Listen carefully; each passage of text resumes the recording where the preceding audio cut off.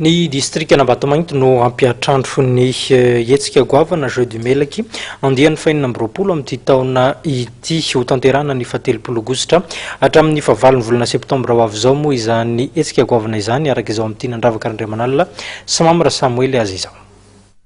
Atleta manodidina ny 700 no andrasana andray anjara amin'ilay hetsika Jeux de Melaky andiany fainina amby roapolo ho tanterahana manomboka ny 17 volana aogosotra ho avy izao ka hatramin'ny 9 volana septambra ao amin'ny distrikan'Ambatomainty anatin'ny faritra Melaky.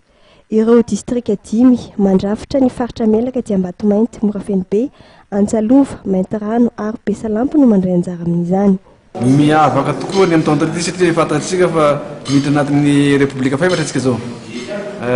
Ka amin'izany Repoblika Faefatra zany dia eritreretinay fa misongadina manaraka an'izay koa zany Jeux de Melaky amin'ity taona ity satria mijoro adalàna ny fitondram-panjakana izay ataontsika hoe ray aman-dreninay hiahy an'io zavatra io zany ka izay angamba no anisan'ny mampiavaka azy amin'ity taona ity.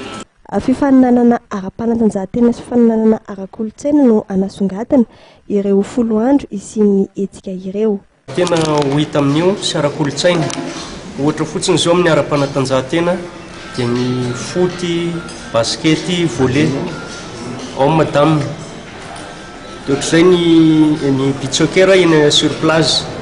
Ambatomainty moa zany tsisy ranomasina ao fa azo atao hoe torapasika amin'ny renirano tsotra dia renirano makambao. Izay misy ao Ambatomainty anaovana ny beach soccer. Dia ny ihany koa ny any tanterahana ny hetsika ara-kolontsaina toy ny vakodrazana, moraingy,